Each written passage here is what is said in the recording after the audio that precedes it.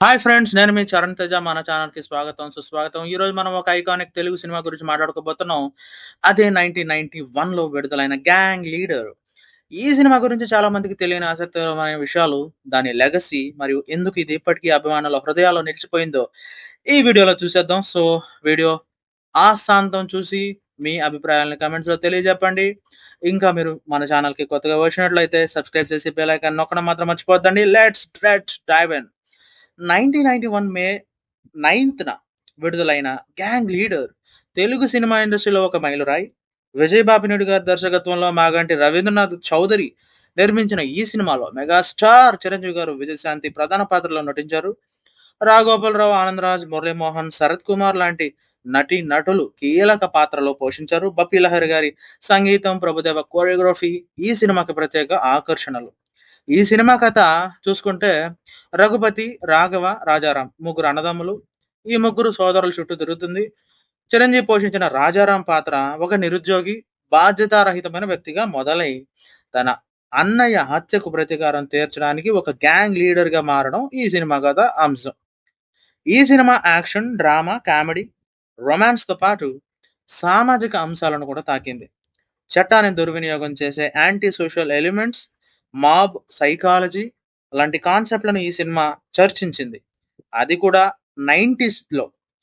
ఈ సినిమా విమర్శకుల నుండి అద్భుతమైన స్పందనని, బాక్సాఫీస్ వద్ద 10,00,00,000కు పైగా వసూళ్లతో ఆనాటి అత్యధిక వసూళ్లు సాధించిన తెలుగు సినిమా రికార్డ్ సృష్టించింది. ఇక ఈ సినిమా గురించి కొన్ని ఆసక్తికరమైన విషయాలు చూసుకుంటే, ఈ cinema script Paruchuri brothers, Paruchuri Gopalakrishna and Paruchuri Venkateswararao గారు వీళ్ళిద్దరు కాంబినేషన్ అన్నమాట. సో, మొదట చిరంజీవి గారి కోసం రాయలేదన్నమాట ఈ స్క్రిప్ట్. వేరే హీరోని దృష్టిలో పెట్టుకొని స్క్రిప్ట్ రాశారు. కానీ చిరంజీవి గారు తన తమ్ముడు నాగేంద్ర బాబు కోసం ఒక ఆసక్తికరమైన స్క్రిప్ట్ రాయమని కోరడంతో, ఈ స్టోరీ చిరంజీవి ఇమేజ్‌కి సెట్ అయింది అని, ఇది చిరంజీవి కెరీర్‌లో ఒక టర్నింగ్ పాయింట్‌గా నిలుస్తుంది అని ఈ సినిమాని సెలెక్ట్ చేసుకున్నారు. ఈ సినిమాలో చిరంజీవి, విజయశాంతి మాట్లాడుకుంటూ పెళ్లి సీన్‌కి వెళ్ళే సన్నివేశంలో కనిపించే క్లాసిక్ కారు 'సిట్రోయన్ సీఎక్స్ పలాస్' ఆనాటి దక్షిణ భారతదేశంలో ఒక్కటే ఉండేది. ఈ కారు రేలంగి తిరుమల బాబుకి చెందినది. ఇది సినిమాకి ప్రత్యేక ఆకర్షణని తీసుకొచ్చింది. ఇక 'గ్యాంగ్ లీడర్' 100 రోజుల వేడుకలు తెలుగు సినిమా ఇండస్ట్రీలో ఒక చారిత్రాత్మక ఘట్టం.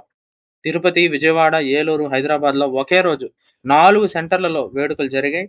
చిరంజీవి సినిమా యూనిట్ హెలికాప్టర్‌లో ఈ 4 సెంటర్లకు వెళ్లి వేడుకల్లో పాల్గొన్నారు. ఇలాంటి ఈవెంట్ ఆనాటి తెలుగు సినిమా ఇండస్ట్రీలో తొలిసారి. ఈ వేడుకల ఫుటేజ్‌ని తర్వాత 'అప్పుల అప్పారావు' అనే కామెడీ సినిమాలో ఉపయోగించారు. ఇకపోతే ఈ సినిమాలో పాటలకు ప్రభుదేవ కొరియోగ్రఫీ చేశారు. ఇది ఆయన కెరీర్‌లో మొదటి ప్రముఖ ప్రాజెక్టుల్లో ఒకటి. 'వాన వాన హుహుహుహు' వంటి పాటలు ఆనాటి యూత్‌లో ఒక సంచలనం సృష్టించాయి.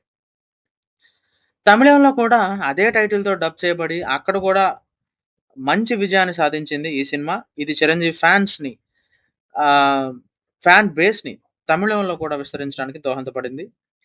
ఇక ఈ సినిమా తెలుగు సినిమా ఇండస్ట్రీలో ఒక బెంచ్ మార్క్‌గా నిలిచింది. ఈ సినిమా చిరంజీవిని స్టార్‌డమ్‌లో అగ్రస్థానానికి చేర్చింది. 'రఫాడిస్తా' వంటి డైలాగులు ఇప్పటికీ అభిమానుల మధ్య జనప్రియం. ఈ సినిమా హిందీలో 'ఆజ్ కా గోండా రాజ్' 92లో, ఆ తర్వాత కన్నడలో 'కుటుంబ' 2003లో రీమేక్ అయింది. చిరంజీవి హిందీ వెర్షన్‌లో కూడా నటించారు. ఇక 2023 మార్చి 4న 'గ్యాంగ్ లీడర్' 4K క్వాలిటీలో రిలీజ్ అయింది. అది కూడా థియేటర్‌లో మంచి ఆదరణ పొందింది. ఇది సినిమా శాశ్వత ఆకర్షణని, అభిమానుల్లో దాని ప్రభావాన్ని చూపిస్తుంది. ఈ సినిమా అంతర్జాతీయ చలనచిత్ర ఉత్సవంలో, ఇంటర్నేషనల్ ఫిల్మ్ ఫెస్టివల్ ఆఫ్ ఇండియాలో ప్రదర్శించబడింది. ఇది దాని కళాత్మకతను సూచిస్తుంది.